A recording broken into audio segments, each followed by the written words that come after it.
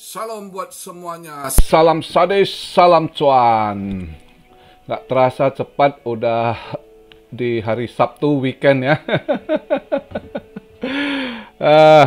Jadi juga market masih agak rada merah ya kan. Nggak terlalu ini.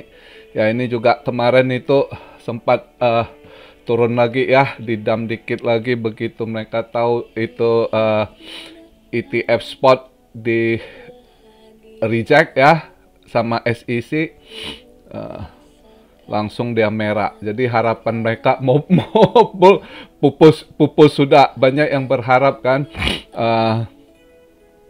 supaya di proof, begitu proof ya harapannya kan BTC melambung gitu ya. Ternyata nggak ini ya, saya sih udah tahu bakal nggak di proof. Karena kenapa ya, kita tahu bukan permainan. Banyak yang tanya saya, kok ini permainan kotor SEC. Bukan permainan kotor SEC, justru dia ini kalau dia reject spot ini buat saya ya, kalau saya seorang Bitcoin maxi misalnya ya, kalau saya benar-benar Bitcoin maxi, saya setuju. Dan saya yakin orang-orang di SEC berarti banyak yang pegang Bitcoin. Kenapa? Justru karena mereka pegang Bitcoin, gua rasa termasuk si ini chairman ininya si Jerry Gensler ya, gua rasa dia banyak hold Bitcoin, maka dia nggak mau spot ETF ini disahkan. Kenapa? Andai kata spot ETF disahkan, maka manipulasi terjadi dan harga Bitcoin ini langsung bisa dikontrol mereka ya. Dengan dikontrol, seperti buat kalian yang pengen Bitcoin di atas 100.000 itu nggak bakal terjadi kalau ETF ini di proof. Karena apa? Kalau ETF spot ini di proof, itu hukum supply demand hilang dimainkan sama mereka. Karena apa? Ya sama aja kayak silver, emas gitu. Maka mereka udah tahu emas, perak itu bisa dikontrol harga. Karena apa? Karena ada ETF. Kalau nggak ada ETF, emas itu hari ini bukan harga segitu, udah entah melambung ke berapa gitu. Justru dikontrol dengan ETF. Karena apa? ETF ini bukan emas asli, dia bukan emas fisik. Misal ETF emas ya, dia nggak ada emasnya, makanya nggak ada demand, supply demand nggak ngaruh sama mereka. Cuma waktu transaksi market itu pengaruh sekali ke harga gitu. Padahal nggak ada barang, dia cuma di atas kertas doang. Gua beli emas 10 ton gitu, emasnya nggak ada gitu. Jadi supply demand itu udah nggak ngaruh, bisa mereka setel harga gitu. Nah sama juga Bitcoin begitu ya. Bitcoin ini kan kenapa bisa mahal? Karena terbatas ya kan. Andai ETF spot ini disahkan, itu halving udah nggak laku ya. Biasanya setelah halving maka akan next bulan terbang lagi Bitcoin kan, selalu kan begitu ya. Andai kata ETF spot ini berlaku, itu kedepannya misal 2004 kemarin itu 2020 halving, 2021 masuk bulan terbang Bitcoin kan. Next 2024 halving, next bulan 2025 kah? Kalau sempat ETF ini disahkan, nah itu udah nggak ada guna lagi halving gitu. Karena apa? Biasanya dengan halving semakin berkurang Bitcoin supply-nya, maka Bitcoin semakin mahal ya kan. Nah dengan ETF spot ini udah nggak ngaruh, karena dia nggak butuh ini. Dia bisa transaksi bukan physical Bitcoin lagi istilahnya ya. Memang dia juga digital, maksudnya stok yang ada dari 21 juta itu nggak di situ hitungannya, terserah mereka. Jadi siapa yang punya duit, gua di atas kertas, gua bilang gua beli sama lo Bitcoin 100.000 biji juga nggak masalah. Padahal nggak ada barang, nggak butuh gitu. Yang penting transaksi ada uang dana gitu. Nah itulah kenapa SEC nggak mau ini. Banyak orang nggak ngerti, oh ini permainan kotor SEC nggak mau. Lu goblok, kalau Anda seorang Bitcoin maxi lu bakal nggak setuju gitu andai saya seorang Bitcoin holder, saya juga nggak mau disahkan. Karena Pak, hukum supply demand bakal udah nggak berlaku ke depannya, nanti bisa dimanipulasi sama mereka gitu. Sedangkan kemarin itu ETF Vol, kenapa ETF Vol bisa disahkan? Karena itu dia kan yang reksadana yang jangka panjang gitu ya. ETF ini kan istilahnya kalau Indonesia kayak reksadana gitu ya. Nah, kalau yang Vol itu yang jangka panjang gitu. Jadi nggak bisa transaksi hari ini gua beli, gua mau jual, mau dam, mau pam, nggak bisa. Kalau spot kan bisa gitu ya. Nah, makanya beda. Kalau Vol itu mereka jangka panjang, misal gua taruh 1 tahun gitu, itu mereka nggak bisa mainkan harga karena udah lu di sana setahun lu nggak bisa jual gitu ya kan. Kalau spot kan beda gitu. Makanya itu udah diperhitungkan ya.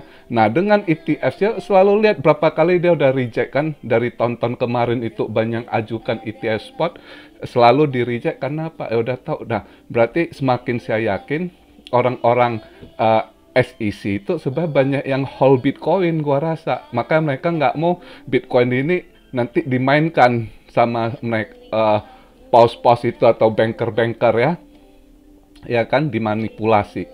Nah itu, jadi banyak orang nggak ngerti kenapa. Ya, emang ETF spot ini kalau disahkan, ya jangan mimpi lagi Bitcoin mau ke 200.000 ini. Nggak ada, karena udah nggak berlaku supply demand, gampang disetel mereka.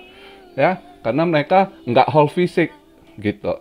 Ya, paham ya? Nah itu saya jawab pertanyaan beberapa yang nanya saya, termasuk teman saya di WhatsApp, kirim WhatsApp nanya saya kan, ini gimana nih? Nah, saya jelaskan mereka baru ngerti gitu. Awalnya mereka harap Bitcoin naik kan, ETF disahkan, itu mah sementara. Memang tiba-tiba bum naik bentar, kayak kemarin itu ETF Vol ya kan, begitu disahkan naiklah Bitcoin 5-6 ribu. Tapi kalau Anda pikirkan panjang ke depan, itu udah nggak ada harapan future dimanipulasi itu. Bitcoin terserah mau mereka setel kemana, nggak ada hukum supply demand lagi, bisa mereka atur gitu ya. Nah itu. Oke, sisa waktu hari ini saya banyak yang tolong ini banyak yang minta ini looping kenapa ini lagi koreksi kayaknya loopingnya saya merah. Berapa hari ini terbang terus ya, saya sedikit bahas. Banyak yang tanya looping ini 2017 saat itu si ini dia spesialis di software, dia itu si Daniel Wang itu Chinese Shanghai ya. Dia buat looping ini semua awalnya itu dia pengen nyaingin si Uniswap saat itu. Uniswap dia kan DEX itu ya, Decentral Exchange awalnya gitu ya. Jadi dia pengen rebut market si Uniswap juga tahun 2017 saat itu ya. Dan dia lebih dekat saat itu, lebih mencondong ke Neo sama Quantum ya. Ternyata saat itu juga Neo digadang-gadang itu, ini Ethereum killer lah, whatever lah ya. Dia pikir ini, ternyata salah. Waktu itu sempat naik $2 lebih lah ya loopingnya, karena dia sebenarnya kan tetap jaringan Ethereum di ERC20 ya. Nah, saat 2017 burannya udah ketahuan, dia juga orangnya smart kok, Daniel Wang ini. Dia lihat Neo nggak bisa bersaing sama Ethereum, ya udah pas 2018 awal. Nah, Vitalik juga pusing kan dengan gas fee, banyak sekali orang komplain ini itu. Nah, looping ini juga salah satu yang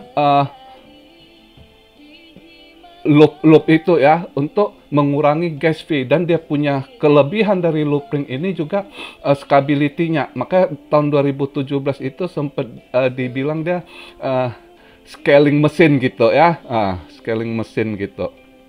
Dia lebih cepat transaksi dan less gas fee, lebih murah ya.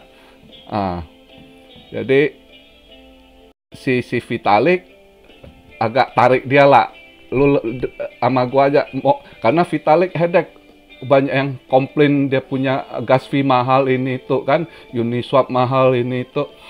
Dia juga dia tarik deket lah si looping ini. Nah, 18 sempet naik dikit lagi. Nah, begitu masuk bearish, tidurlah lama si Lupring ini. Saya juga udah lupa juga ini ya.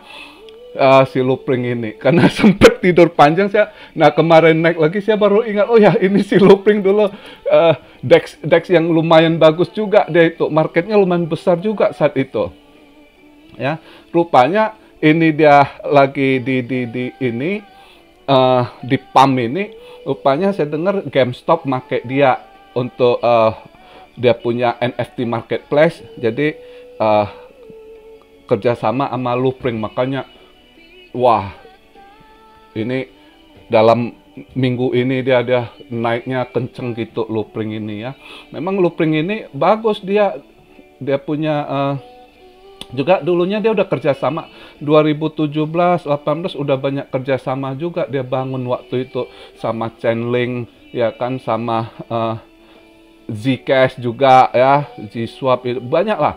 Dia termasuk bagus Lupring ini dulu, tapi nggak nyangka terus sempet tidur panjang waktu bearish itu setelah pertengahan 2018 ya. 2020 sempet udah mulai bangun tidur dikit, tapi saya nggak berapa kepantau karena banyak keluar terus kan, Polygon, Matic berubah layer 2-nya. Jadi gua jadi fokus ke situ gitu. Dan lupa si Lupring ini nggak nyata bangkit dari kubur dia karena dipakai GameStop ini ya. Nah, di situ satu pembuktian ya, ini koin bisa untuk long term. Karena Pak udah terbukti dia lewat ujian bearish ini ya, dan terus berinovasi ya. Nah, jadi sekarang Lupring ini mungkin juga masuk salah satu saya punya target nanti kalau bearish, mungkin saya stok dikit lah. Kalau sekarang nggak lagi lah ya. Mungkin nanti tahun-tahun depan, pertengahan tahun. Kapan bearish saya belum tahu. Karena ini saya lihat market bakal agak lebih panjang, nggak seperti biasanya. Ya, ini kalau kita lihat seperti ini tahun depan juga bull run ini di kuartal pertama itu saya yakin belum selesai gitu ya. Masih bakal jalan gitu kalau kita lihat ini ya. Jadi ikuti aja terus perkembangan market, kita lihat. Ya, terus banyak yang sangkut Mas Jill ya, tanya saya Jill, saya udah bahas berkali-kali Jill itu.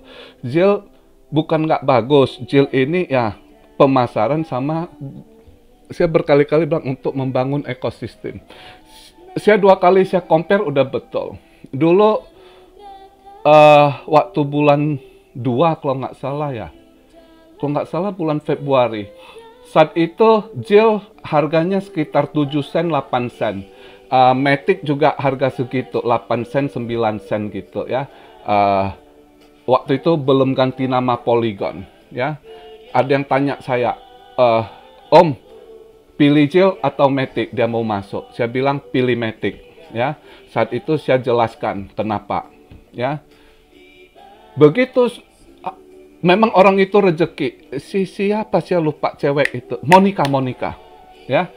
Dan nanya saya waktu itu, masuk dia di Matic, nggak nyangka Matic ganti Polygon. Saya nggak tahu itu waktu itu dia ada proyek layer 2, langsung ganti nama. Wah, terbang Matic tuh berapa ratus %. Selang nggak lama saya rekomen itu ya. Lumayan lah kami dapat di Matic saat itu ya. Nah, 2 bulan lalu saya masih compare lagi. Ada yang tanya sangkut gimana ini itu. Ada yang tanya saya lagi antara Jill sama Cardia Chain, Kai. Saya masih bilang kalau saya pribadi saya akan pilih Kai ya. Tapi saat itu saya nggak beli Kai, saya nggak stok gitu ya. Saya nggak nyangka begitu cepat Kai melewati juga. Cuma ada yang tanya saya saat itu, saya nggak tahu siapa, dia tanya untuk long term bagus Jill atau Kai, Cardia Chain ya.